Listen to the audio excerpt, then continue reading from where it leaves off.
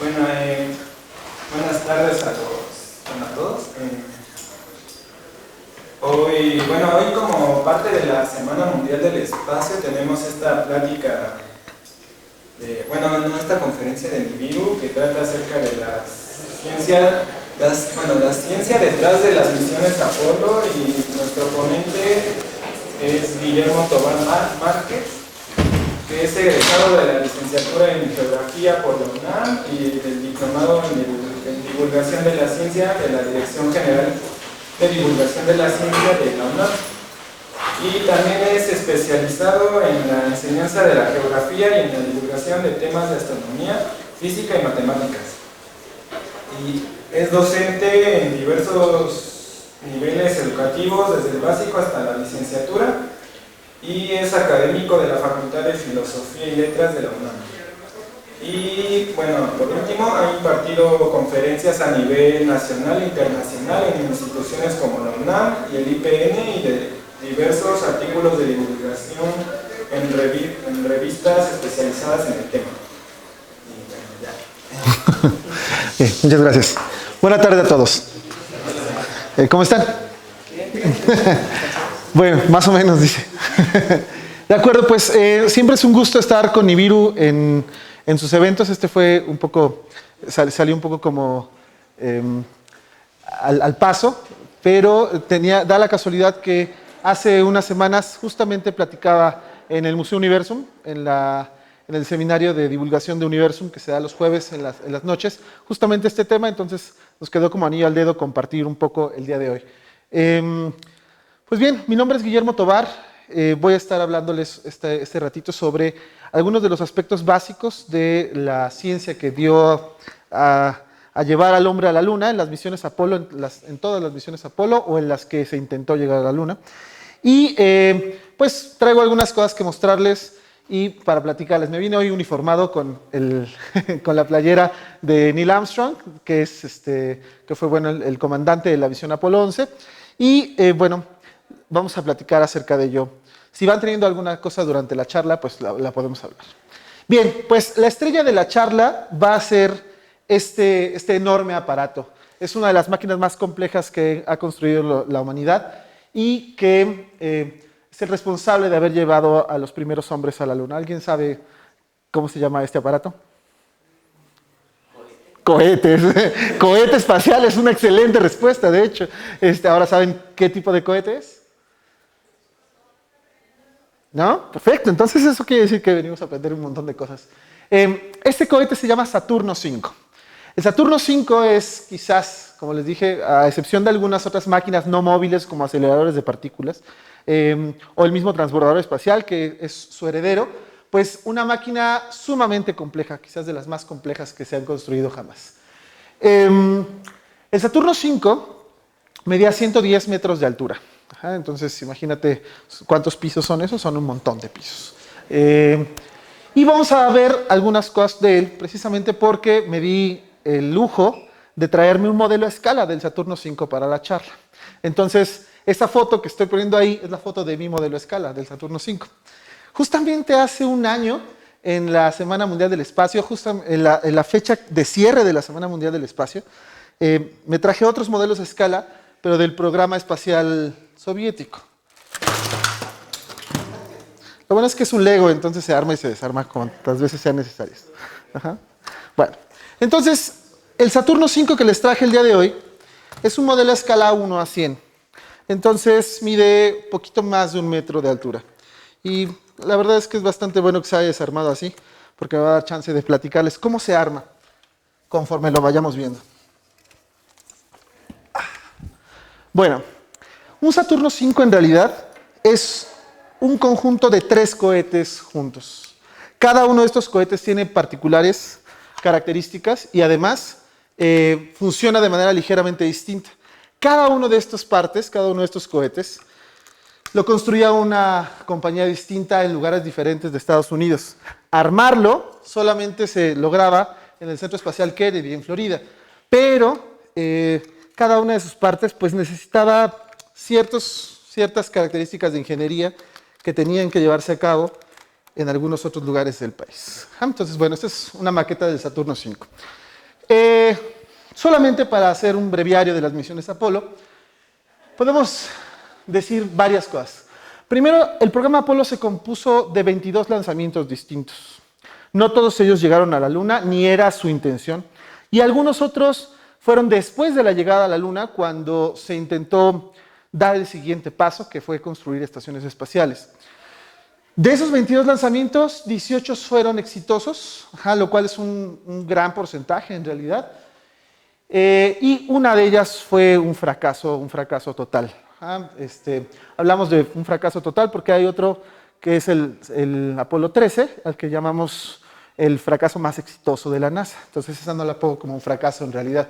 Quizás no llegaron, pero no murieron. Y hubo 3 misiones a la Luna sin alunizaje. Esto pocas veces se menciona, pero tienen mucho mérito. Las 3 primeras misiones que llegaron a la Luna sin bajar a la superficie son poco recordadas, pero son muy importantes porque tenías que probar los sistemas de un montón de detalles antes de aventarte a la superficie. Y 6 misiones a la Luna con alunizaje de personas que bajaron realmente a la superficie. De esas 6 tendrían que haber sido 7, pero el Apolo 13 no llegó a alunizar. Y una misión con alunizaje abortada que correspondería justamente al Apolo 13. Ahora bien, vamos a ver a detalle, y 4 misiones híbridas en órbita terrestre. Es decir, que lanzaron el cohete con los astronautas, hicieron algunas maniobras en órbita, luego bajaron, esas no fueron a la Luna, tenían que probar todos los sistemas antes de hacer una misión tan arriesgada como ir a nuestro satélite. ¿Menciona por qué se abortó? ¿Cuál? Antes de las 3 misiones de maniobras en órbita, mencionaste una obra El Apolo 13 fue abortada, es decir, salieron en el camino hacia la Luna, hubo un problema con uno de los tanques, con uno de los tanques de combustible de las células de energía, hubo una pequeña explosión, pero esa explosión implicó que se comprometieran todos los sistemas de soporte de vida y entonces llegaron a la Luna, la orbitaron y regresaron sin alunizar. Entonces, de ahí viene la famosa frase de Houston, tenemos un problema. Entonces, de ahí viene. Entonces el Saturno 5 es una máquina sumamente compleja, mide 110.6 metros de altura. Ahorita me falta una partecita que fue la que más se desarmó, que es, en realidad, bastante importante, que es la torre de escape. Entonces, para hacer honor a la verdad, pongámosle la altura que le corresponde. Entonces, si alguien trajera una cinta métrica, pues este modelo mediría 110.6 centímetros. Entonces ahí nos quedaría bastante bien. La masa estaba dividida en 4 etapas, en realidad. 3 partes que son 3 cohetes diferentes unidos verticalmente y una última etapa en la que estaría el módulo de comando y servicio, donde van los astronautas en realidad. Y su masa total es de 2.900 toneladas. No sé, sí, la cara de la comunidad lo dice, 2.900 toneladas. Sí. Yo la sigo haciendo cada vez que lo digo. Yo manejo un Spark y un Spark pesa 1 tonelada. Imagínate 2.900 Sparks juntos, todos apachurrados para decir cuál es la masa total del cohete. Ahora, totalmente cargado. Cuando se construían no pesaban eso, sino que se llenaban de combustible en la plataforma de lanzamiento justamente antes de iniciar. Porque, tiene ciertas características de combustible que hay que precisar ahorita. Y podía poner 47 toneladas de carga útil en órbita, en órbita hacia la Luna. 47 toneladas, es decir, equipo, agua, astronautas, el módulo lunar tenía que pesar a lo mucho 47 toneladas, que era lo que realmente iba a ir a la Luna, y lo poco que podía o que tenía que regresar. A veces es importante hacer esta aclaración. A pesar de que el cohete pesa todo esto, las 47 toneladas solamente están aquí. Y esas son de las que vamos a hablar también en un momento. Entonces vamos a irlo desarmando. Y se los voy a ir prestando. Y me los van a cuidar. Y van a intentar que no se desarme como hace rato se me desarmó a mí. Entonces, vamos a empezar con este bebé. Esta es la primera etapa de un Saturno 5. La más pesada, la más compleja y la que finalmente llevó al desarrollo aeroespacial de los transbordadores y de la exploración espacial. Se llama S-1C y se construía en Nueva Orleans. La compañía Boeing, seguramente has escuchado de Boeing, que hace aviones, pues se encargaba de construir toda esta etapa. Ajá. Esta etapa solamente llevaba el cohete hasta los primeros 61 kilómetros de altitud. ¿Ah? Cuando llegaba a esa altitud, se desprendía del conjunto total y se destruía en la atmósfera en el reingreso. Entonces, esto solamente se volvió a basura después del primer impulso. 2.000 toneladas de combustible. Ahora, esta es, me preguntaban en la mañana mis alumnitos si no contaminan mucho. Pues un poquito esta, porque su combustible se compone de dos. Primero, oxígeno líquido, o sea, muy baja temperatura para que pueda licuarse, y un combustible que es RP1, que es básicamente un refinado de petróleo, es queroseno. Entonces, dentro tenía dos tanques, uno de refinado de petróleo y el otro de oxígeno, que tiene que estar a muy baja temperatura. Por eso tenía que tener una capa aislante, para que esa temperatura no subiera y entonces no aumentara el volumen del gas. Cosa interesante, la parte de abajo. La parte de abajo está compuesta de 5 motores. 5 motores sumamente complejos que son el antecedente directo del transbordador espacial, que le dan el impulso total. Ahora, la particularidad de estos motores es que una vez que se prenden, uno, no se pueden apagar, entonces no puedes así como, uy, vamos un poco más rápido, lo apagamos. Y dos, tampoco se pueden mover demasiado. El único que puede darle un poco de dirección al vector de lanzamiento es este de en medio.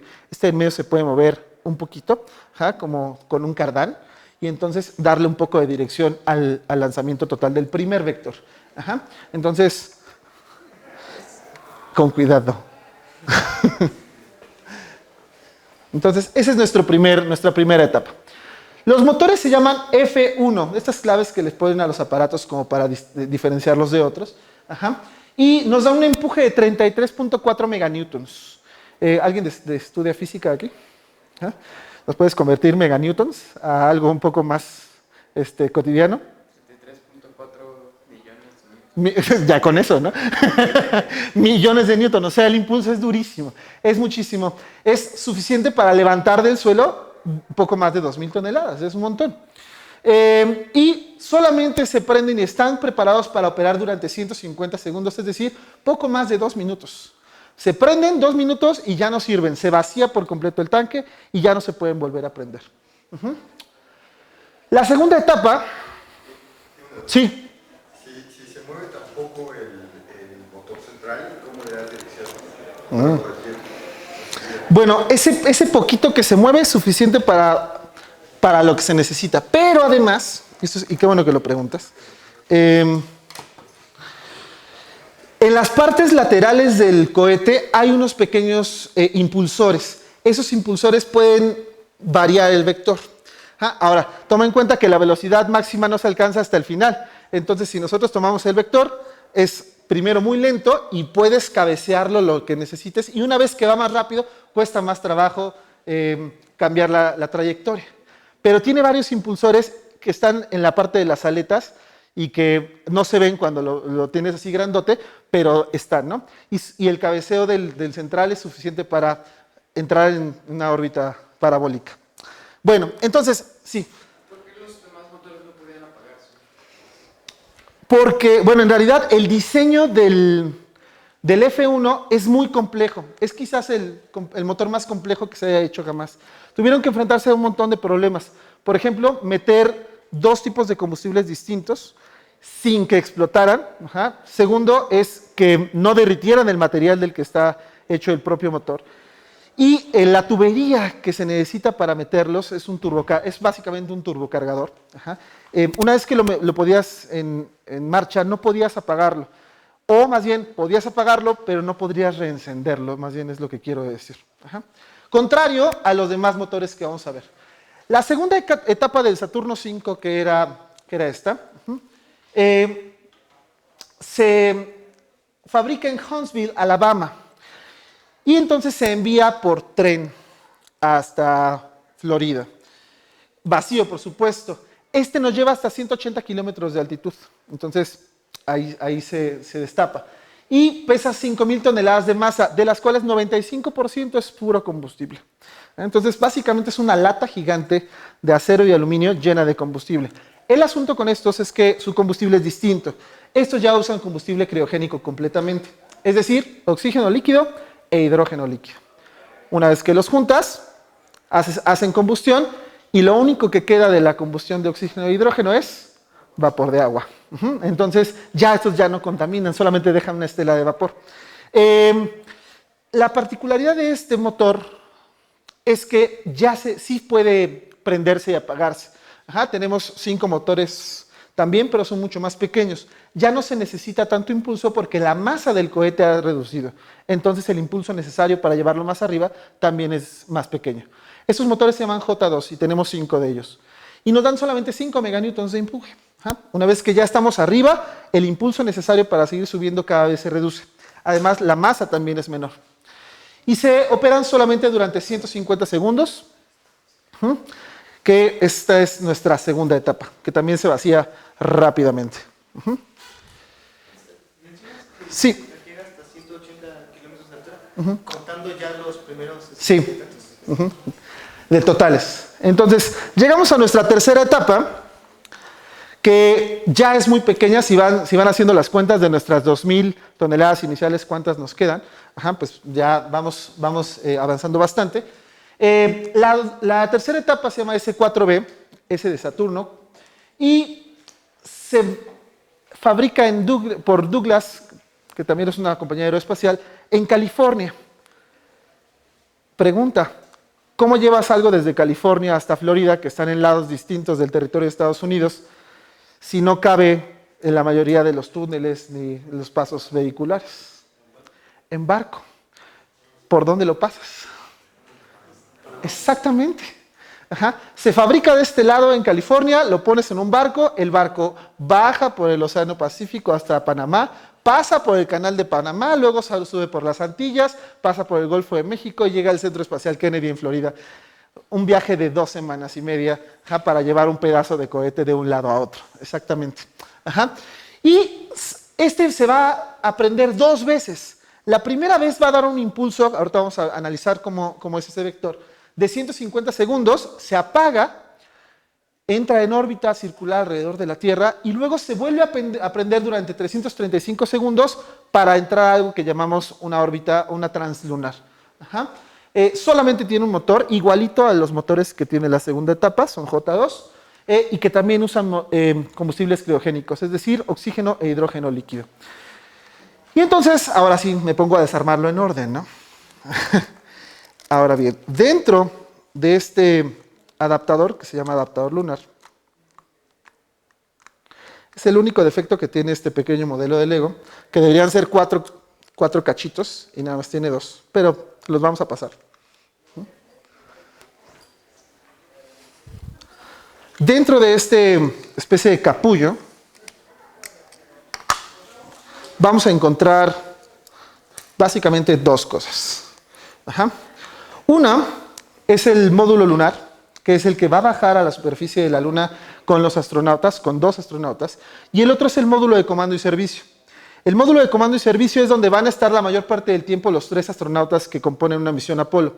Ahora, aquí hay un módulo de comando que es un cilindro y un módulo de comando que es el cono y un módulo de servicio que es el cilindro. Y están ahí dentro, en esta configuración, exactamente así. Y ahorita vamos a ver que esto es muy problemático en realidad, en una cuestión de diseño. Entonces, tenemos el módulo, el CSM, el Command and Service Module. Tenemos el LM, aunque los astronautas siempre le decían LEM porque era su nombre original. LEM, el módulo lunar. Y el adaptador del módulo lunar, que son estas especies como de cubiertas, que deberían ser 4. Pero bueno, no es tan problemático. Entonces, el módulo de comando es este cono, que medía como unos 2 metros 30 centímetros de altura, y el módulo de servicio que tenía casi 6 metros de altura. Entonces, Lego se lució con los detallitos porque hasta le pusieron las agarraderas y la ventanita, ¿no?, de la escotilla. Está padrísimo.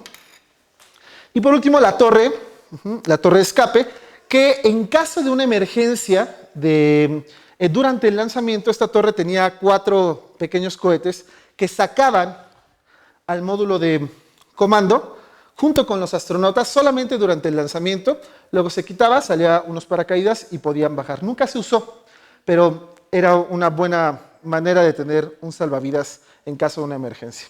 Ajá. Sí. La del fracaso, la misión de fracaso también tenía eso. Todo. Implementada después. Todas las misiones desde las primeras Apolo tenían torres de escape. Ujú. El problema no fue exactamente ahí. Ahora te voy a decir exactamente dónde estuvo el problema. Bueno, entonces no me quedé con las ganas de mostrarles cómo armé estos modelos de Lego. Ajá. Ahora, detallitos. Este modelo del Saturno V lo hizo Lego con base en un programa de fans, que si a uno le gusta armar cosas con ladrillitos de plástico, pues puedes hacer un modelo de algo que te guste, lo subes a la página de Lego y entonces los demás votan, le dan likes. Cuando llega un cierto número de likes, pasa a revisión con los ingenieros de Lego y si está perfecto, lo producen. Y entonces a ti te reconocen como diseñador de un juguete de Lego, lo cual está padrísimo. Y este es parte de ese programa, lo hizo un matrimonio aficionado al espacio y aficionado al Lego, lo cual es una gran combinación. Entonces no me quedé con las ganas de mostrarles cómo armé este modelito.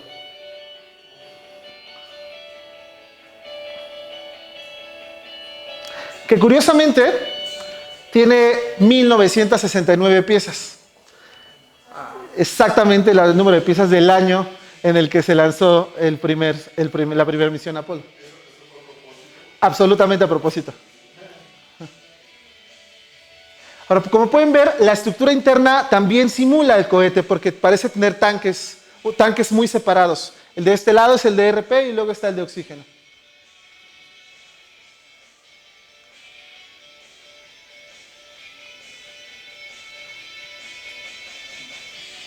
Y ahí están nuestros 5 motores principales.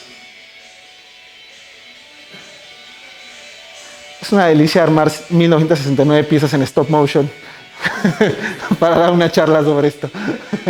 La segunda etapa también tiene 2 tanques, una de oxígeno líquido y la otra de hidrógeno. Bien separados. ¿Quién trae la segunda etapa por ahí? Allá, exacto.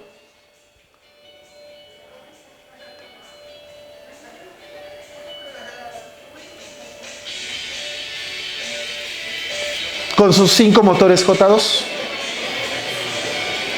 Y luego la tercera etapa. ¿Quién trae la tercera? Allá está, exacto. Ahí era imposible hacer los tanques internos porque el modelo es muy pequeño. Pero bueno.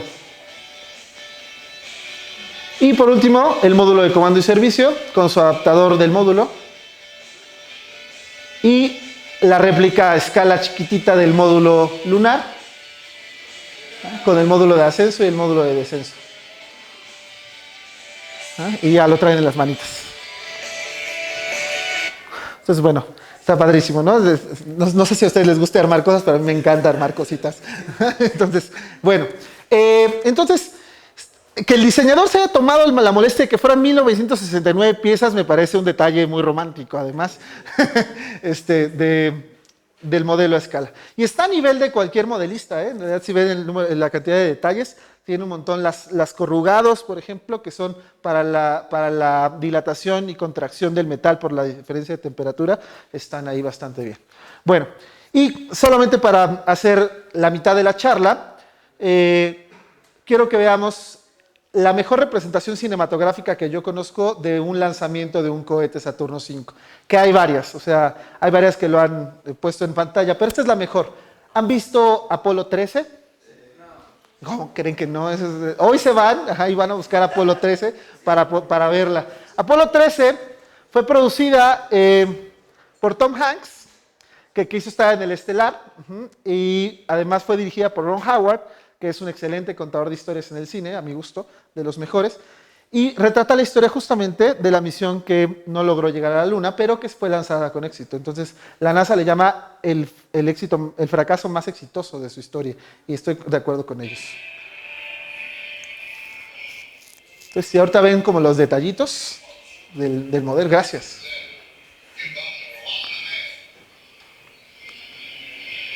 Vean los motores, si los tuvieron en las manos, vean que son muy similares, está muy bien logrado.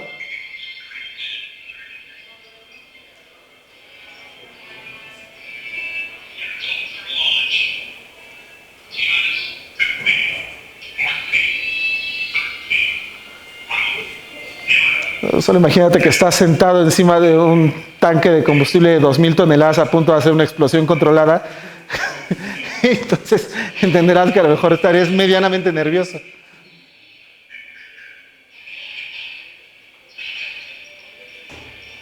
Entonces estos pedazos de hielo que están desprendiendo es precisamente porque está tan frío que se condensa la humedad y se le hace una capa de hielo de agua, y la vibración lo empieza a romper, ¿no?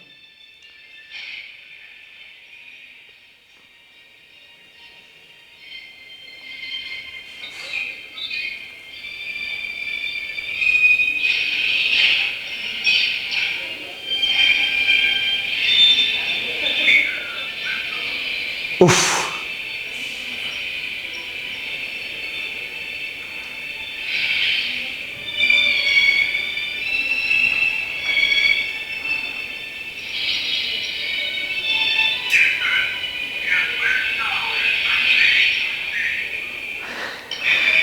Nadie quería lanzar ese cohete porque es el Apolo 13 y salió el día 13 del mes a la 1:13, a las 13:13. Yo no soy supersticioso, pero en la NASA sí son. Y nadie quería lanzar el Apolo 13 porque pensaban que era de mala suerte y... Ups. Ups. Bueno, entonces ahora sí, si me ayudas con la luz. Fantástico, gracias. Ahora sí, vamos a ver cuál es la trayectoria y cuál es el proceso de lanzamiento y además de desacoplamiento de cada etapa del Apolo, que es en realidad lo interesante. ¿Cómo haces un rompecabezas gigante de 2000 toneladas que te lleve a la Luna y además te traiga vivo?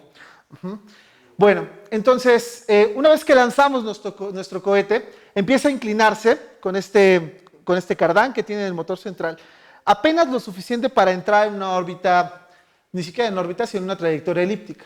Durante 2 minutos y medio se accionan los motores principales de la primera etapa y nos lleva hasta 61 kilómetros de altura en una aceleración de 4 Gs, o sea, 4 veces la aceleración de la gravedad. Es decir, que si yo peso 80 kilos, tendría, ¿cuánto? 800 metros. 420 kilos, no, son 80, 180, 100, ¿cuánto? 320, ¿no? Pesaría 320 kilogramos, ese sería el peso que sentiría sobre mí mismo, o sea, como otros 3 yos encima, que sería bastante incómodo en realidad. Ahora, esta nos lleva en esa trayectoria, justamente a ese punto. Si ven la Tierra completa, la línea está marcando la órbita, más bien la trayectoria que va a convertirse en una órbita, y solamente nos lleva hasta ahí, hasta 61 kilómetros de altura. Es la máxima aceleración que van a sentir los astronautas en realidad, porque se tiene que vencer la aceleración de la gravedad de la Tierra. Ahora, cuando se llega a ese punto, se desacopla la primera etapa y nos quedamos solamente, ya no sé qué hacer con él. Vas a verlos. De acuerdo, entonces está perfecto porque justamente es aquí, ¿no? Entonces estamos de esta forma y se desacopla esto ya no sirve, se volvió basura, la basura la voy a ir poniendo acá. ¿No? Y entonces solamente tenemos este pedacito que nos queda, bueno, junto con las piezas que tenemos acá. Durante 6 minutos se enciende la segunda etapa con sus 5 motores J2 y acelera un poco más. Nos lleva hasta los 185 kilómetros de altitud. Pero ya no es así. Ahora vamos inclinaditos, porque tenemos que hacer una parábola que luego se convierte en una elipse y que luego se convierte en un círculo. Necesitamos moderar la velocidad a la que estamos moviéndonos. Y alcanzamos una pasmosa velocidad de 24.600 kilómetros por hora. 24.600 kilómetros por hora. No sé qué tan rápido haya sido alguna vez en tu vida, pero yo manejar mi coche a 180 siento que me voy a matar. Y en mi Spark es normal, seguramente me voy a matar. ¿No? Entonces, ya va así, ¿no? Okay. Pero ellos van mucho más rápido que eso. Ok, entonces nos lleva a ese punto. Fíjense cómo solamente encendimos los motores para pasar básicamente de aquí, o sea, de este punto a este punto. Todo el combustible que tuvimos que quemar para hacer eso.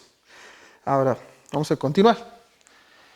Se apaga la segunda etapa de nuestro cohete, la desechamos y nos quedamos solamente con la tercera etapa. Entonces, vayan viendo cuánta basura voy generando. Está ya.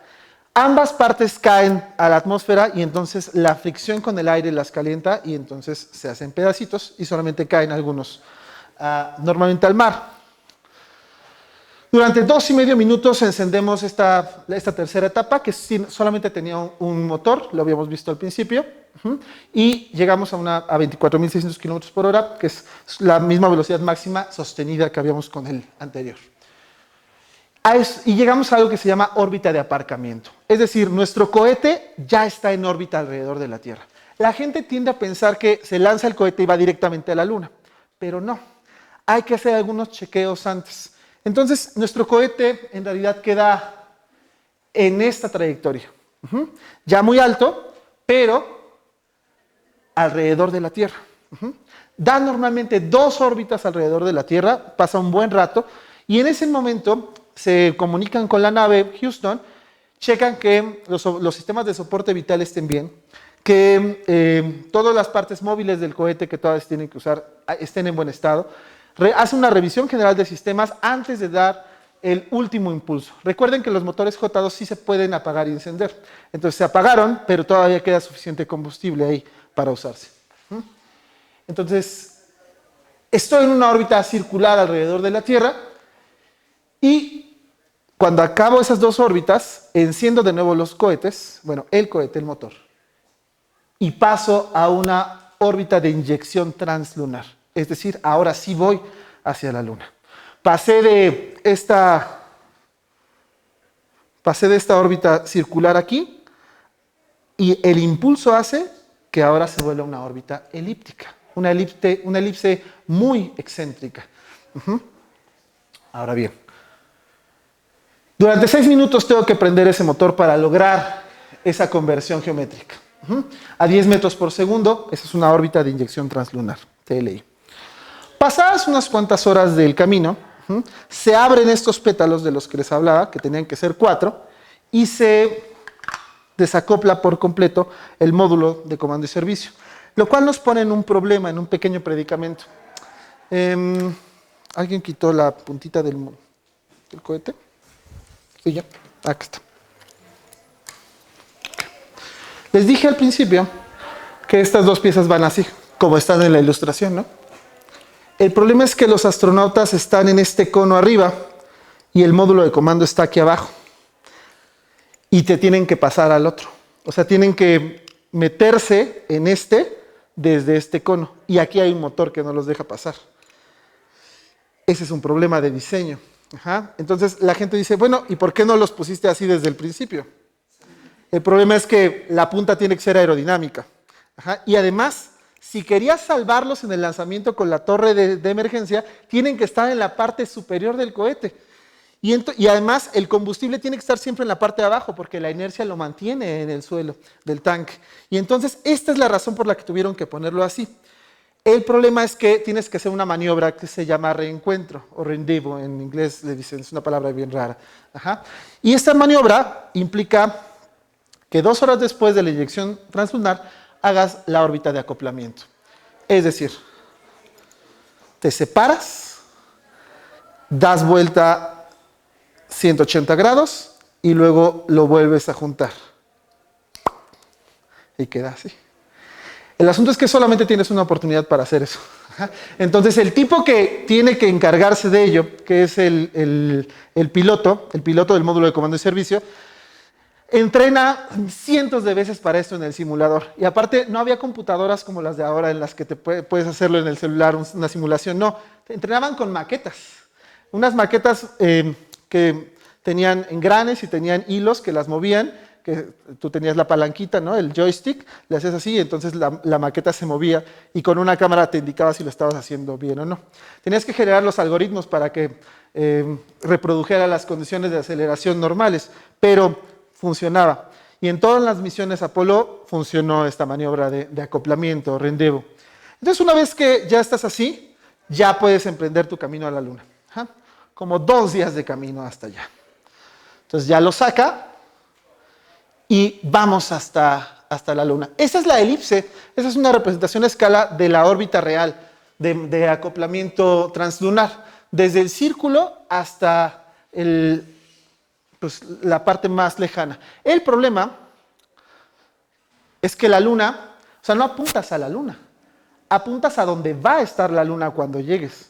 Apuntas a donde va a estar la Luna 2 días después, ¿sí? Si tú apuntas a la Luna, como la Luna está girando alrededor de la Tierra, cuando llegues a ese punto la Luna se va a mover, entonces, ¡oh, ¿dónde está? ¿No? Y entonces no puedes hacerlo. Entonces tienes que apuntar a donde va a estar la Luna después de esto. Diga usted.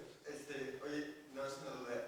¿Te acuerdas de la altura de la órbita de estacionamiento? No recuerdo ahorita el número. Tal vez lo dije ahorita, ¿no? Y la otra vez, ¿qué pasa con la cobertura de la tercera etapa? ¿No se zapa? Ah, buena pregunta. Sí. Bueno, estas dos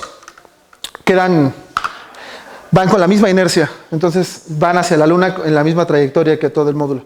Y esta también, en realidad esta va hacia la Luna, juntos. De hecho, ese es un problema, porque van así, ¿no? Esta se tiene que acelerar un poquito, de hecho. Y luego esta se estrella contra la superficie lunar. O sea, la trayectoria está lista para que se estrelle directamente, no para que entre en órbita. Lo cual es bueno. En la primera misión no sirvió de nada, pero en las demás sí, porque las misiones Apolo pusieron sismógrafos en la Luna. Y entonces, si tienes un sismógrafo y le avientas algo a la Luna y genera un microsismo, puedes analizar las ondas sísmicas para deducir con un modelo cuál es la estructura interna de la Luna.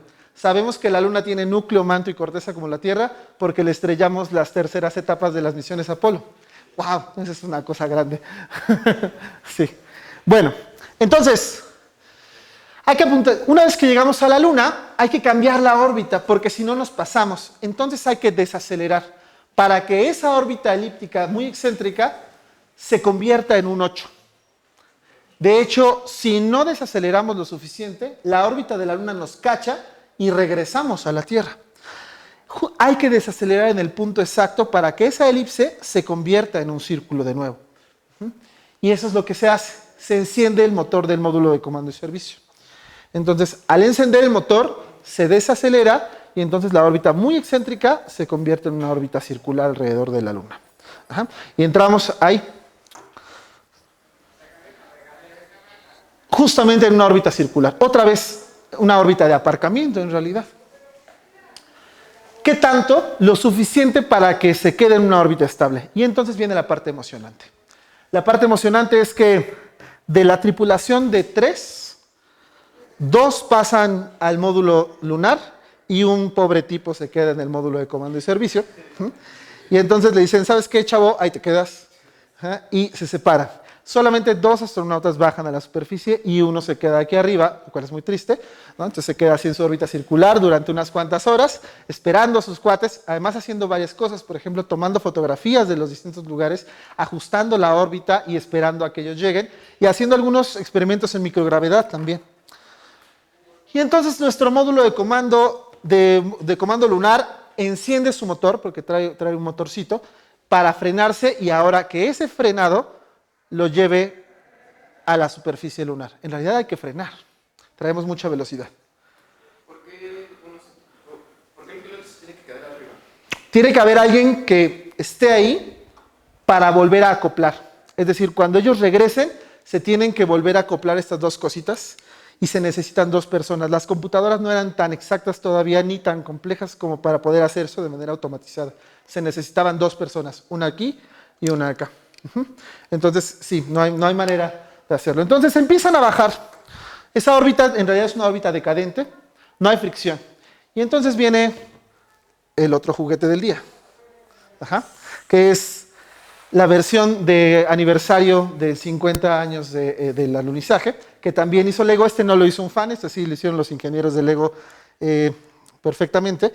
Y te los digo como modelista, uno de los grandes logros de la compañía. El nivel de detalle es impresionante, ahorita les voy a enseñar algunas cositas. Pero es una gran máquina.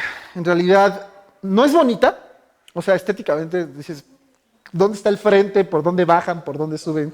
Porque tiene esta forma tan extraña. Y no tiene esta forma tan extraña porque es producto de una serie de decisiones de ingeniería sumamente complejas. Detalle. Tom Hanks tenía la intención de hacer más películas acerca del programa Apolo, además de Apolo 13, pero Hollywood no le gustan tanto ese tipo de historias, entonces no hubo suficiente presupuesto. Pero le alcanzó para convencer a HBO para producir una serie.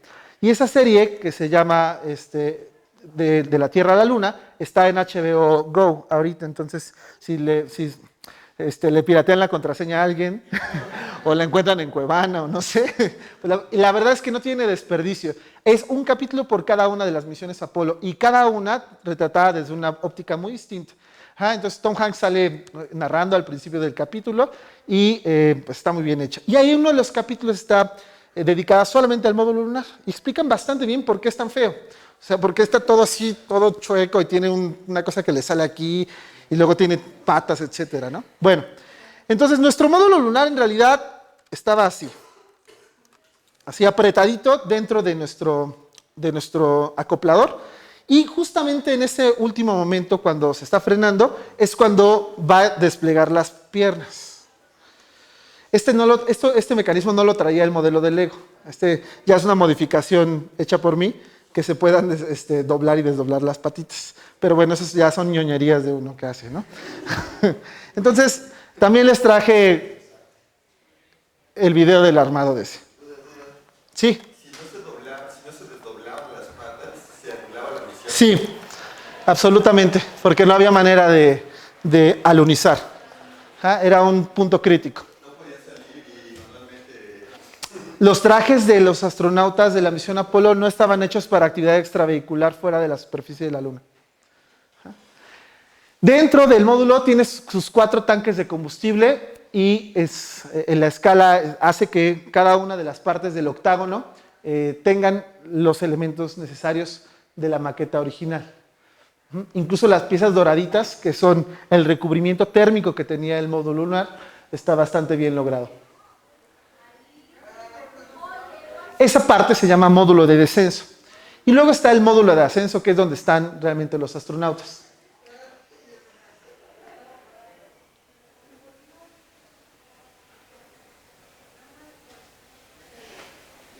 Tiene 2 bultos de un lado y del otro, que es donde está la parte del combustible de ese módulo de ascenso. Con un montón de antenas de comunicación de alta ganancia y computadoras muy exactas, para su tiempo por lo menos. Y ahí están los astronautas, ¿no? Y bajan. Y ahí está perfecto. Entonces es un módulo muy bonito. Ahora bien, se enciende el motor precisamente para frenarse y entrar en una órbita decadente para poder llegar a la superficie lunar.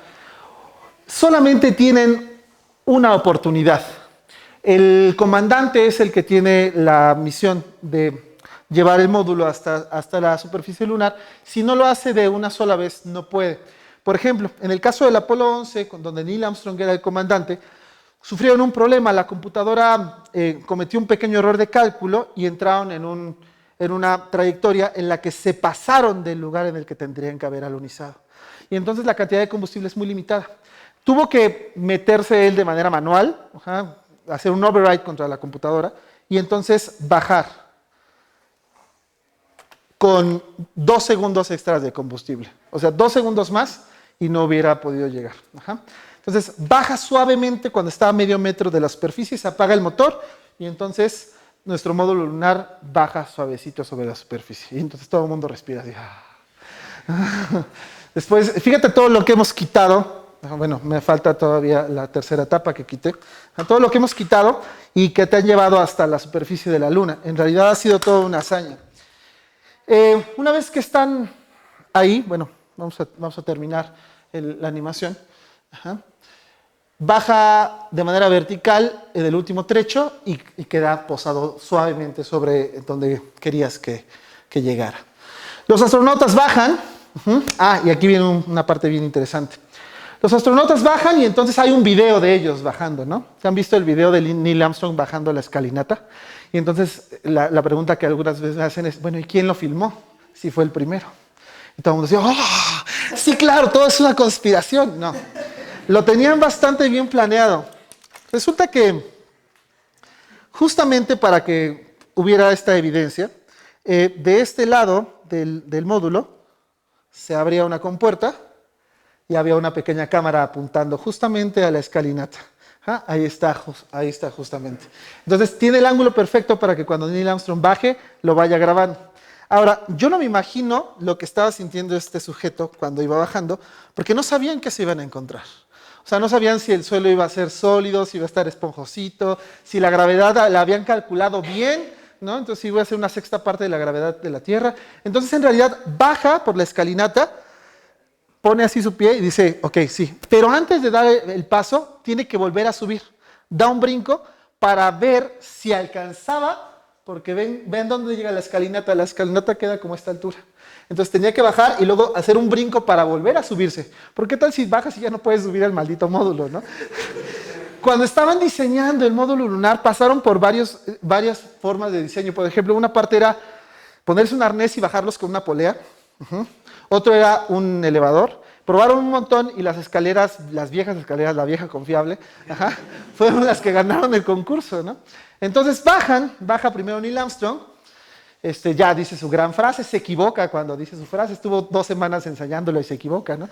Porque su frase es un pequeño paso para un hombre y un gran paso para la humanidad, un gran salto para la humanidad, perdón. Entonces dice, es un gran paso para el hombre y un gran salto para la humanidad, lo cual no tiene mucho sentido, porque de todas maneras, el hombre es el género humano, ¿no? Pero se equivoca, lo vamos a perdonar porque es el primer hombre de la luna, acaba de sobrevivir un viaje de unos cuantos millones de kilómetros, entonces no pasa nada.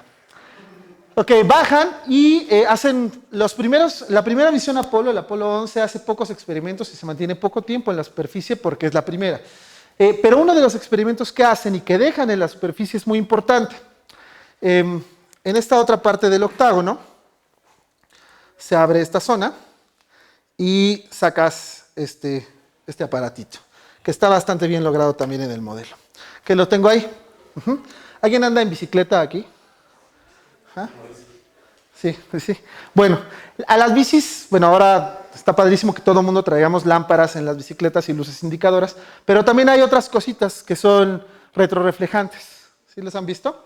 ¿Sí? Son unos plastiquitos que tienen una forma prismática y cuando la luz incide en esos retroreflejantes, se regresa en el mismo ángulo en el que fue la incidencia. Está padrísimo porque en un espejo pasa al revés. En un espejo, cuando entra el rayo de luz en un ángulo, se refleja en el ángulo de sentido contrario, o sea, le cambia el signo, y entonces llega a otro punto. En cambio, en un retroreflejante, cuando llega la luz, regresa a la fuente. Entonces, si yo soy un coche y ilumino este retroreflejante, parece que brillan las bicis, pero en realidad es la misma luz del faro. Bueno, pues se llevaron un retroreflejante de 1 metro de largo, un metro cuadrado, que está ahí, y lo dejaron en la superficie de la Luna, en el lugar donde alunizaron. Y está increíble, porque quiere decir que si yo le apunto con un rayo de luz lo suficientemente fuerte, le pega y regresa exactamente al lugar de donde salió.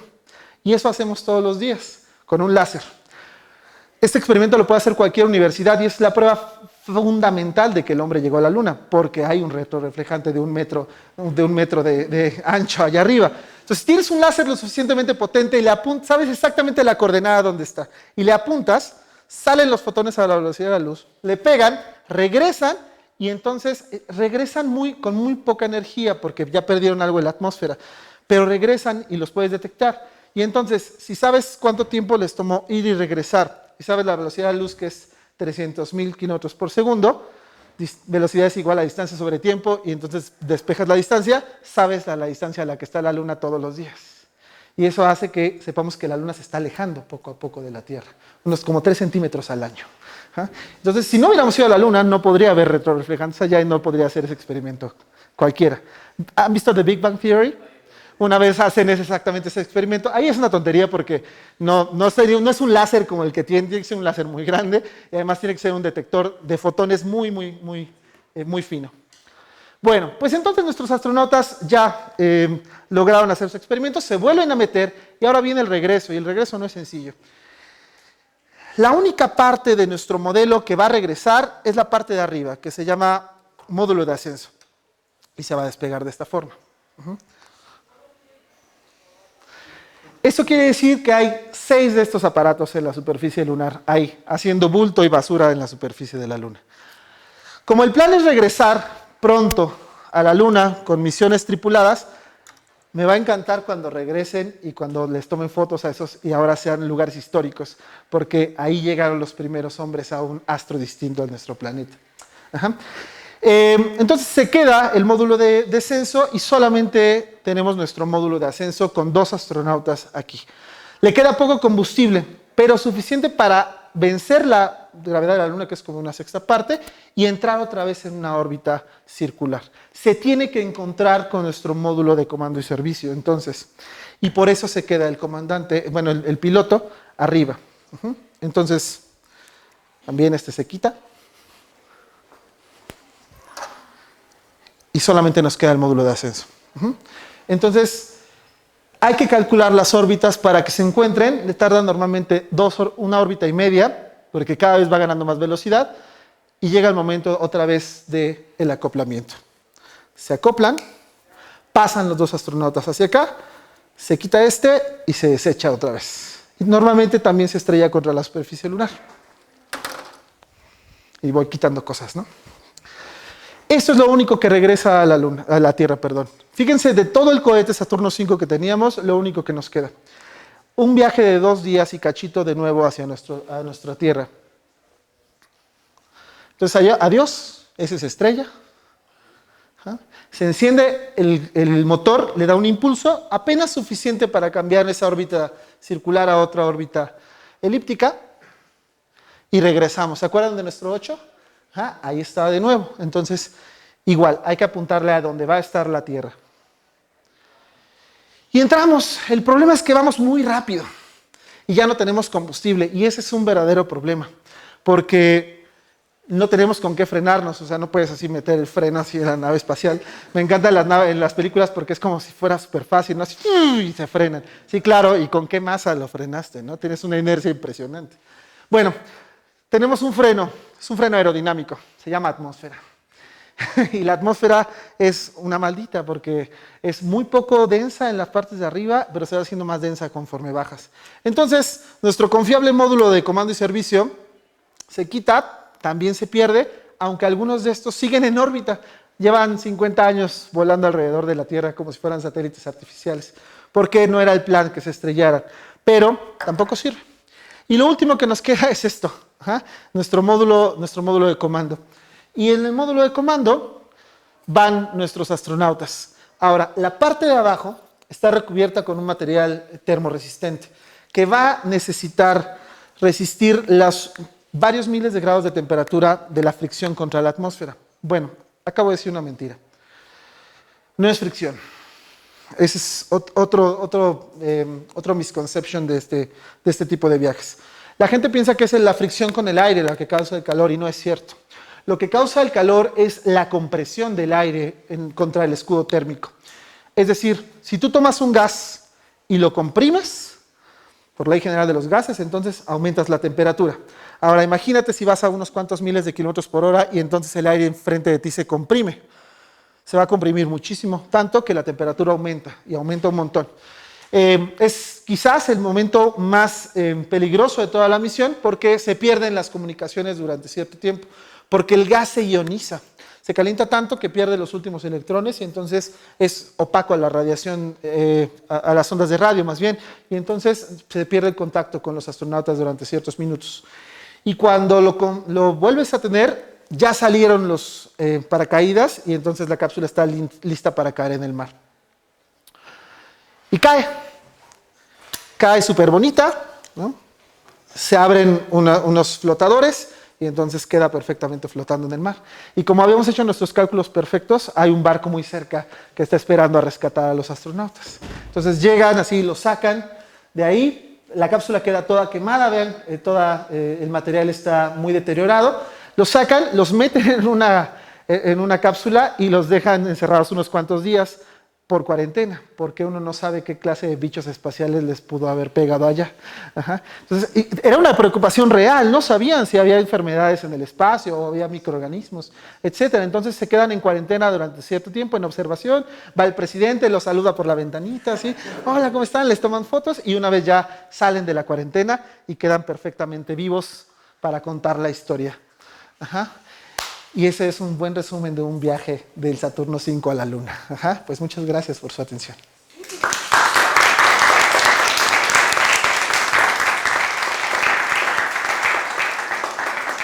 ¿Alguna duda? Sí. ¿Por qué falló el Apolo 13? ¿Por qué falló el Apolo 13? Bueno, las investigaciones han sido exhaustivas, o fueron exhaustivas en ese momento, y parece ser que fue una cuestión, como en muchos casos, de un cortocircuito. Es decir, la energía de estas máquinas viene de unas células de combustible, células de hidrógeno. Estas celdas tienen que estarse moviendo todo el tiempo para hacer que el combustible no se quede en el mismo lugar. Y entonces parece ser que hubo un pequeño cortocircuito, eso combinado con una mala elección de materiales, hizo que explotara una de las celdas de combustible. Entonces, en realidad lo que explotó en nuestro modelo estaría aquí en el lado. El problema es que los astronautas no podían salir para evaluar el daño. No había una cámara que te dijera, aquí tenemos un hoyo. Y como no tenían trajes de actividad extravehicular, no podían salir a evaluar qué tan factible era que sí pudieran hacer el alunizaje o no. Y entonces eso implicó que fueran a la Luna, la orbitaran y regresaran sin el alunizaje, ¿no? O sea, puede que haya sido un cortocircuito. Un cortocircuito en un ambiente rico en oxígeno. El oxígeno es muy inflamable. Entonces, ese mismo problema fue el que tuvieron justamente en la prueba de lanzamiento del Apolo 1. El Apolo 1 no iba a ser lanzado, era una prueba de sistemas en la plataforma y hubo un cortocircuito, había demasiado oxígeno en la atmósfera artificial y entonces explotó. Los astronautas murieron en la plataforma sin que siquiera pudiéramos intentar sacarlos, ¿no? Entonces, esa fue la probable falla. Aunque es difícil saberlo porque el módulo no regresa a la Tierra, entonces no hay evidencias de ello. O sea, no puedes reconstruir como en un avión que agarras todas las piececitas, se queda en el espacio. Ajá. Entonces es la hipótesis más factible hasta ahora. ¿Okay? Sí. ¿Hay manera de quizás hacer un poco más de tecnología, trabajar los módulos y puntos no regresarlos? Porque pues, habría que envolverlos para protegerlos.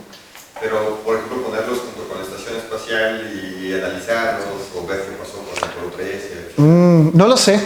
No sé. Además, no sé qué tan factible sea. Finalmente, también tienen mucha masa que hay que mover. Y además, qué tan factible sea en el interés de lo que sigue, ¿no? Porque finalmente, cada decisión que tomas en la exploración espacial es por una razón muy fundamental. Entonces, si ahora ya estás desarrollando y además tuviste tantas misiones exitosas que sabes cómo funciona el sistema y ahora lo puedes mejorar, entonces no sé cuál sería, no sé si sería suficiente interés recuperarlos. Tal vez bajar a la superficie lunar y estudiar cómo les ha afectado el tiempo a los que están en la superficie, eso tal vez sería útil, ¿no? Porque finalmente estamos pensando en hacer estancias cada vez más largas en superficies no terrestres. Y también tenemos que tomar en cuenta la erosión, por ejemplo, hay partículas espaciales, partículas cósmicas que están pegándole todo el tiempo y que están erosionando el material, ¿no? O cómo está reaccionando un cierto material a la radiación solar, etcétera. No sé, son muchas preguntas que habría que hacerse pronto, pero no sé qué tan factible sea rescatarlos como para unirlos, ¿no? Con otro módulo en órbita. Oye, ¿qué pasaría si cuando descendió la cápsula en el mar, si no se hubieran desplegado los inflables? ¿Por el aire que contenía la cápsula hubiera quedado flotando o qué hubiera pasado? En realidad se habría hundido, o sea, no es estanca, ¿no? En ese momento ya no es estanca. Entonces puede que el calor haya hecho que algún material tenga un pequeño agujero y ese agujero sea que entre el agua. Si no, no habría razón para tener estos flotadores, ¿no? Además hay otra cosa, estos 3 globitos hacen que la cápsula esté vertical. Si no se inflan, podría haber quedado de cabeza y entonces no habrías podido sacarlos rápidamente y podrían haberse ahogado. Aparte ya no tienes suministro de oxígeno. Entonces era así necesario que flotara esa cosa. ¿Y qué pasaba? ¿Habría algún protocolo para que salieran? No lo sé. No lo sé. Pero me suena que, como en muchos otros casos, hay 100 cosas para las que te preparas y 1000 cosas para las que no estás preparado, ¿no? En el caso de los lanzamientos espaciales suele ser así. ¿Alguna otra? Sí, allá. ¿Hay alguna empresa o algo por el estilo que esté como en un proyecto para recolectar la basura espacial? Hay varios proyectos, incluida la NASA. Hay mucha basura espacial orbitando, tanto la Tierra como el espacio interlunar, ¿no? Pero para sacar la basura espacial de la órbita de la Tierra hay varias ideas, ninguna que yo sepa que se esté tomando muy en serio a mediano plazo. O sea, por ejemplo, es como hacer 2 cohetes con una enorme red y luego irla recolectando, pero además después, ¿qué haces con eso? O sea, la puedes mandar en órbita, una órbita transplanetaria para mandarla hacia el Sol, pero pues, ¿por qué tienes que estar mandando basura al Sol, no? ¿El Sol qué culpa tiene? O la otra es recuperarla, pero también es muy caro. Y en este caso, como en muchos otros, hay que tomar en cuenta que la exploración espacial requiere una inversión. Y entonces que las empresas no solamente están invirtiendo por el amor a la ciencia, que me encantaría que fuera así, sino por el desarrollo de tecnologías aeroespaciales. Entonces, ¿vamos a tener que lidiar con la basura espacial pronto? Sí. Pero me parece que todas las ideas siguen siendo proyectos. O sea, no hay nada serio que se esté construyendo ya para recolectarla. Hasta donde yo tengo entendido. Sí. ¿Se siguen planeando viajes a la Luna y así, o a otros espacios como Marte, ¿no?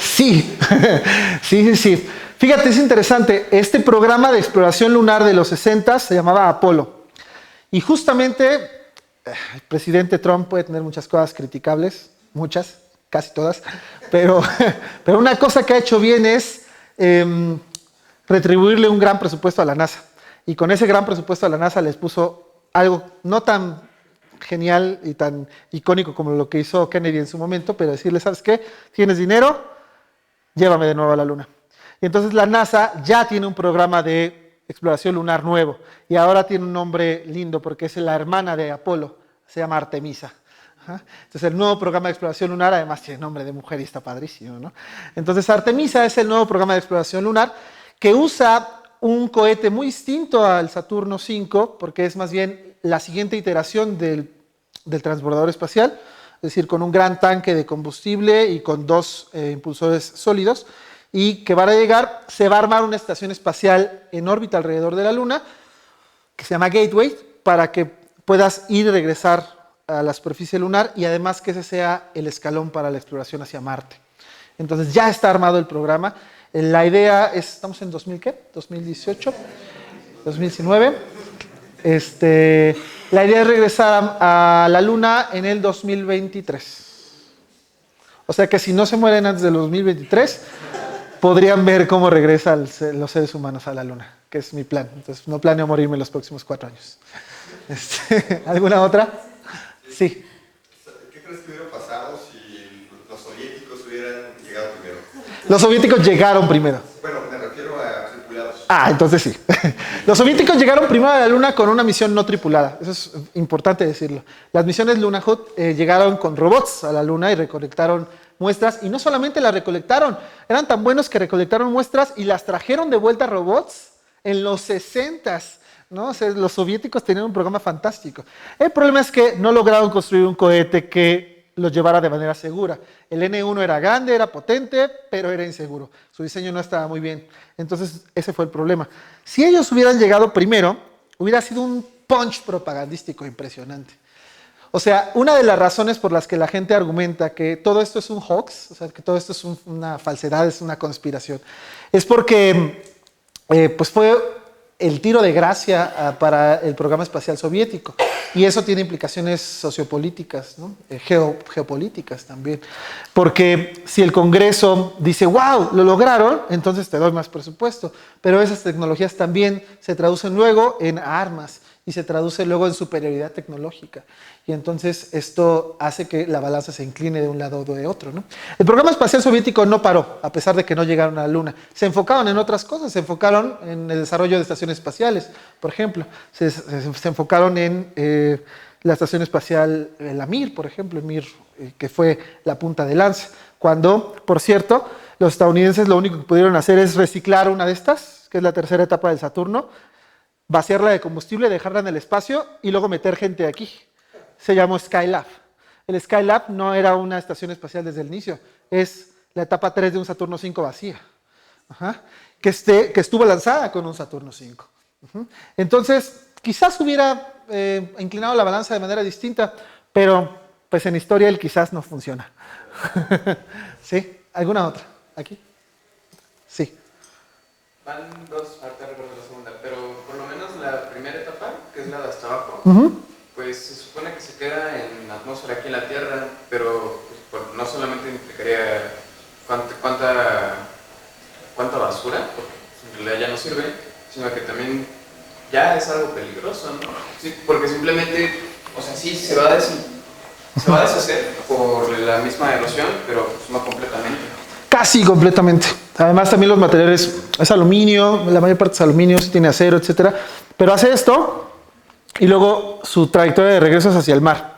Entonces la mayor parte de los pedacitos que llegan a quedar, que son muy pequeños, caen en el mar.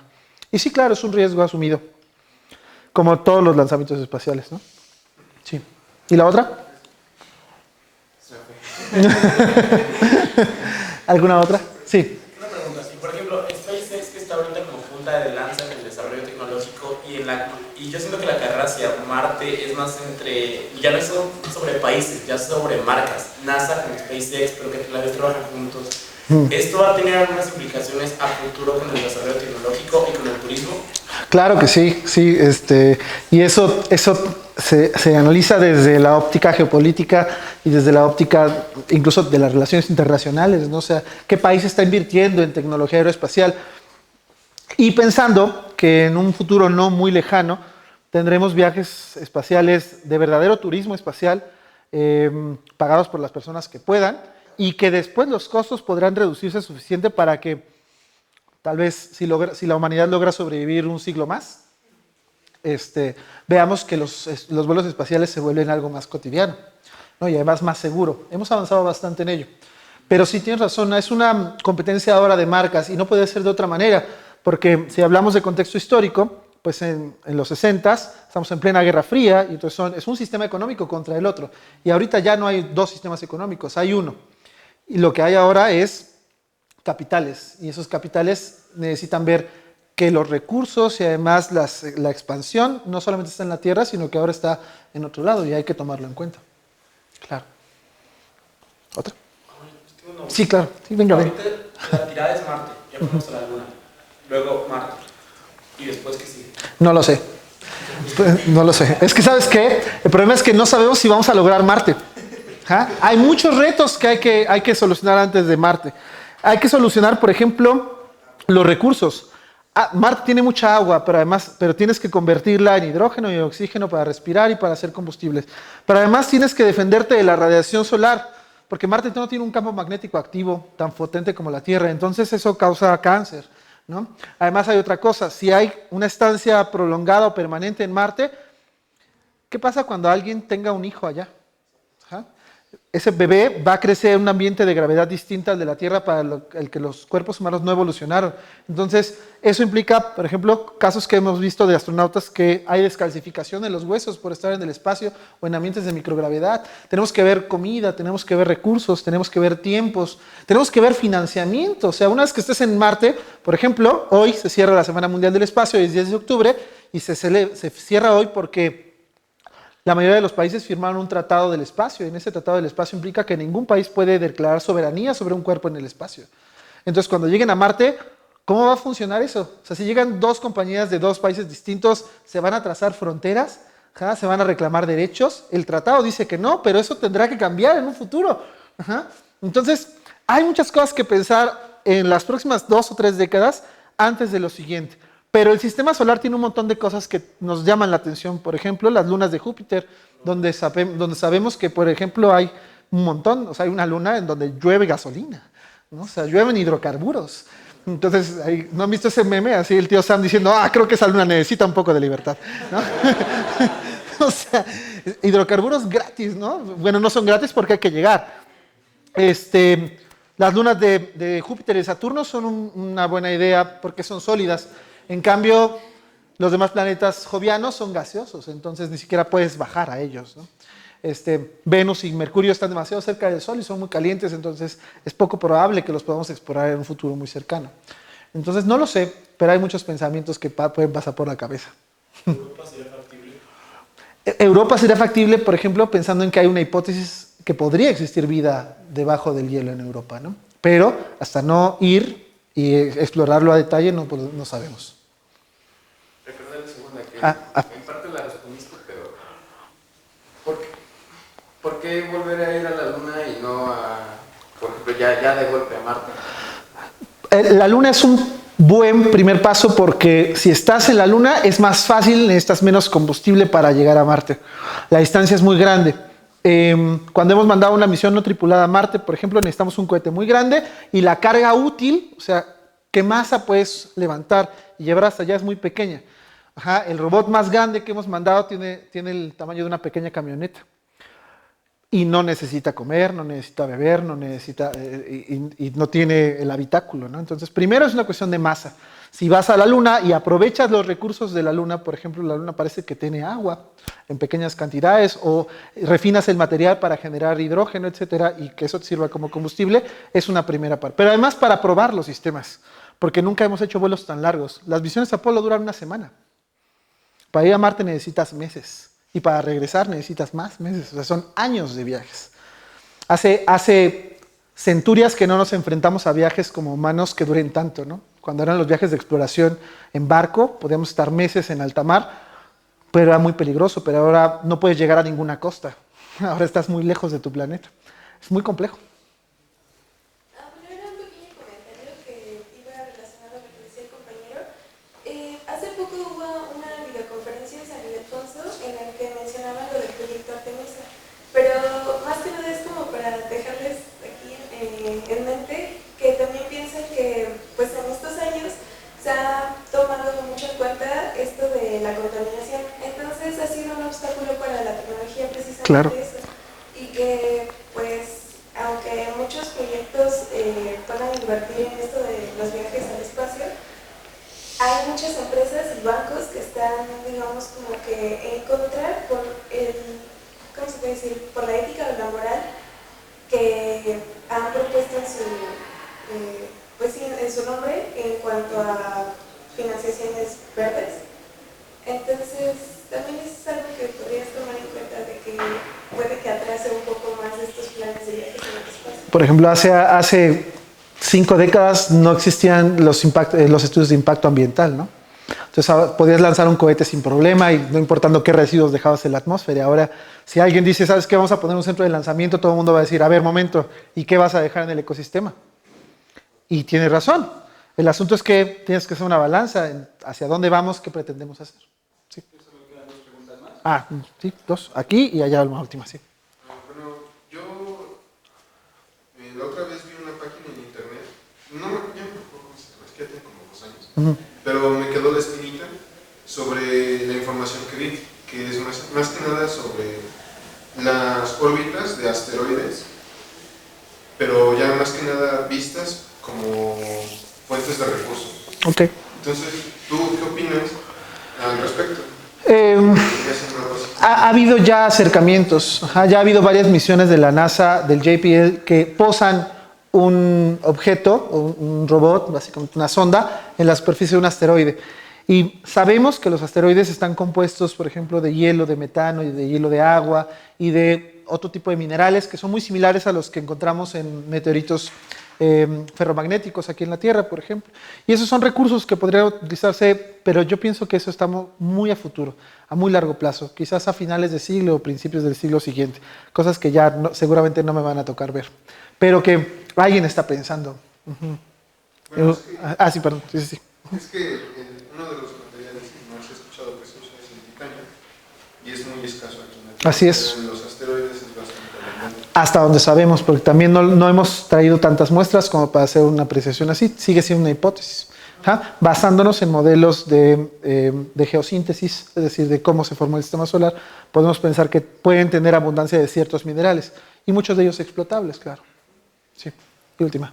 ¿Existen o podrían existir, bueno, se podrían crear como ecosistemas en otros planetas? O sea, nosotros llevar como, o fabricar allá una, no sé, como una tipo carpa y planta. Ah, claro, sí.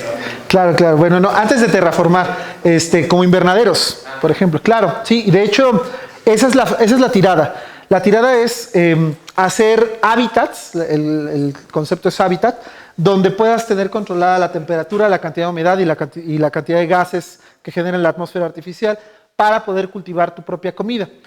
Y se están haciendo experimentos, por ejemplo, en la Estación Espacial Internacional, una de las cosas que se hacen es hacer microcultivos en ambientes de gravedad limitada, y es ver cómo reacciona el crecimiento de una planta a un ambiente de ese tipo. Ajá. Esa es la tirada, o sea, no llevarnos toda la comida, sino empezar a producirla. El asunto es que las plantas no crecen de la nada, necesitan nutrientes y necesitan elementos que incorporen a su metabolismo para crecer. Uno de ellos son hidrógeno, necesitas potasio, necesitas carbono, etc. Y eso pues te va a tener que ser aprovechado en el ambiente, ¿no? Ahí va otra película, ¿no? Si ven The Martian, aquí le pusieron Misión Rescate con Matt Damon. Da un buen ejemplo de cómo se harían las cosas así, ¿no? Aunque usando recursos llevados desde la Tierra. O sea que, bueno, podríamos cambiar como la atmósfera de un planeta. Eso ya es el siguiente paso, se llama terraformación. Y eso es un paso muy grande al que todavía, o sea, si logramos entender cómo terraformar otro planeta, lo primero que tendríamos que hacer sería cambiar la atmósfera de la Tierra para que no tenga los problemas que estamos causando ahorita. Es decir, nosotros estamos metiéndole un poquito más de gases de efecto invernadero a la Tierra y se está calentando y está causando un caos climático. Entonces, si podemos moderar eso o cambiarlo, el siguiente paso es poder cambiar la atmósfera de otro planeta para que sea habitable para los organismos terrestres. Y hay mucho escrito acerca de esto, tanto en ciencia ficción como en ciencia real, pero son proyectos a muy, muy largo plazo. O sea, estamos hablando de miles de años. Bueno, pues les agradezco muchísimo su atención. Espero que hayan disfrutado la charla.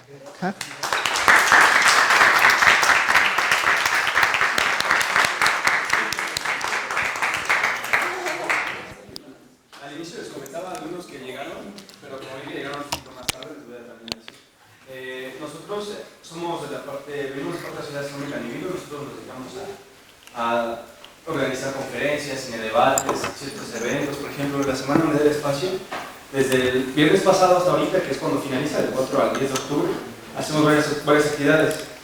Hoy cierra con esta conferencia y también con 2 observaciones. Una observación solar que ahorita se está efectuando a las 3 de la tarde más o menos empieza a acabar, y hay otra a las 8 de la noche, por si gustan. También les doy que nosotros como parte de conferencia les damos una constancia si asisten al 60% de nuestras conferencias, tanto conferencias o charlas. Y nuestras redes sociales son en Facebook, en Twitter, en Instagram. Ahí publicamos absolutamente todo, de los debates, de las conferencias, los eventos donde vamos a estar. Y también tenemos ahorita una temática por si les interesa. Estamos regalando un telescopio. Jalo. Un telescopio refractor. Y él lo sabe porque las actividades que nosotros hacemos, tienen ustedes que tomar una foto y subirla. De todos modos, ahí está, si se meten a la página de @nibiru, principalmente en Facebook, es donde nosotros hacemos todas las temáticas. Si se meten ahí, dice todo. Y si gustan ahorita venir, anotar su nombre para que se sigan anotando en las siguientes charlas. Son 5 mínimo para que tengan su constancia. Y faltan 4. Faltan 4 todavía. Así que a ustedes se vienen ahorita una. Si llegan otras 4, pues está bien. ¿Van a hacer también aquí en la facultad? ¿Dónde? ¿Van a hacer también en la facultad? Sí, pues todas las conferencias a la una. Bueno, vamos en las redes sociales, se publica en qué sala es, porque luego es aquí, o en la Santiago Prieto 3. Sí, por lo general es en el Santiago Prieto 3 aquí, a la 1 de la tarde. Está la cartelera en la página de Facebook. También cada semana subimos un cartel promocional. Y ya cualquier cosa que se les haga. Y compartan el contenido de Nibiru. Gracias por la invitación, como siempre. También los invitamos, pues, si quieren volver a ver al profesor Guillermo, el 30 de octubre, hay cine debate. Es un capítulo sobre de la Tierra a la Luna, la serie que se comentó. Entonces lo va a comentar junto con la doctora Dolores Maravilla. También 8 días antes, por si quieren ir a ver la del primer hombre, también están invitados. Esas películas son en el Instituto de Geofísica. Así, ahorita que comentaban, hay temas sobre ingeniería espacial, ya se comentó con Armageddon, que se proyectó hace 15 días. Esos debates están grabados tanto en el YouTube del Instituto de Geofísica y el de Marshall. También estuvo en el Instituto de Física. Pueden entrar a YouTube en cualquiera de los dos institutos y ahí están los debates, por si quieren checarlos. Y pues nos invitamos a la observación solar. Y la nocturna de hoy en la noche. Hoy en la noche, a las 8 Sí, de la noche. no se nubla. Claro, sujeto a condiciones atmosféricas. Si quieres pasar a ver el modelito del módulo de comando y servicio, digo del módulo lunar, puedes pasar. Si gustan anotarse,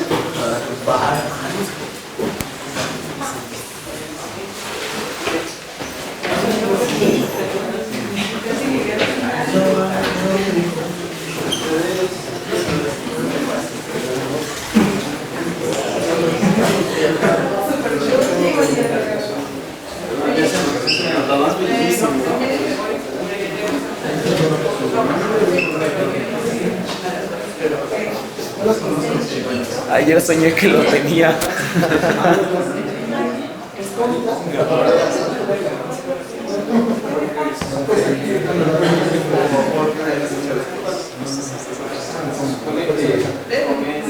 Llegué tarde. Oye, una pregunta, ¿a Sí, qué hora o va a sea. ser ¿a qué hora va a ser el cine debate? Fátima, ¿a qué hora empiezan los cinedebates? A las 4. Bueno, la proyección es a las 4, ¿no? Empieza a las 4 y lo que dura la película y la ronda de preguntas y comentarios. Ha habido veces en las que salimos casi a las 9 de una vez. No, todo termina antes de las 8. A las 8. Sí, a las 8 salimos una vez. ¿Con 30? Sí, el 30. Buenas tardes, ¿le puedo dar un juego con ustedes para un reporte? Sí, claro. Pero si tenían curiosidad, explora también con lo de Marshall, si lo quieren ver. Yo hago ingeniería geofísica. Ese está en el Instituto de Física. No de nada.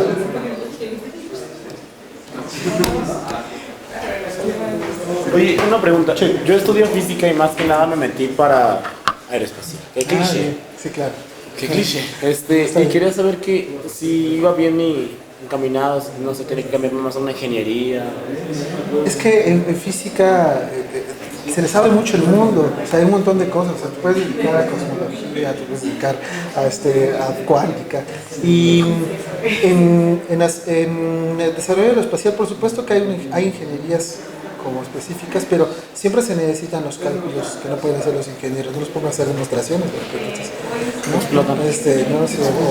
entonces, aproximar la aceleración de la gravedad a 10 porque es más sencillo, ¿no? Entonces, no, yo creo que tienes que avanzar un poco más y después se te va a abrir el mundo y va a haber más clases, pero sí, no lo dejes. Sí, aparte todo el mundo es de pizarrón, yo quiero algo más práctico. Mi tirada es la física práctica. A mí no me gusta planear el juego y no entrar a jugar. Me gusta planear